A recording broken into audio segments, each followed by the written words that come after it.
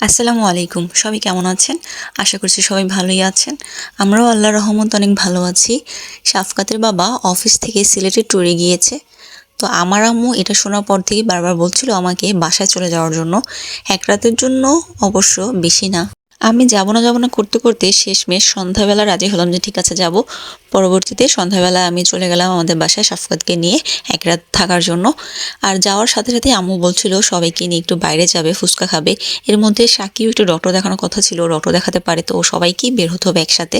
আর আমরা যখন সবাই মিলে বের হওয়ার প্রস্তুতি নিচ্ছিলাম ঠিক তখন আমার ছোটো খালা আসে। তো ছোটো খালা আসাতে আরও বেশি ভালো হয়েছে। আম্মু বললো যে আজকে আমার ছোটো খালাকে নিয়েও আমরা সবাই একসাথেই বের হব। ছোটো খালা রাজি হচ্ছিল না, পরে ওনাকে অনেক কষ্ট করে রাজি করিয়ে আমরা সবাই মিলে একসাথে গেলাম। বাইরে গিয়ে একটু ফুচকা খেলাম। অনেকদিন পর ফ্যামিলির সাথে আবারও একটা সুন্দর টাইম স্পেন্ড করতে পারলাম। দেন আমি আমার বোনের মেয়েকে নিয়ে, শাফকাতকে নিয়ে, আমার বোন আঁখি আমরা বাসায় চলে এসেছি।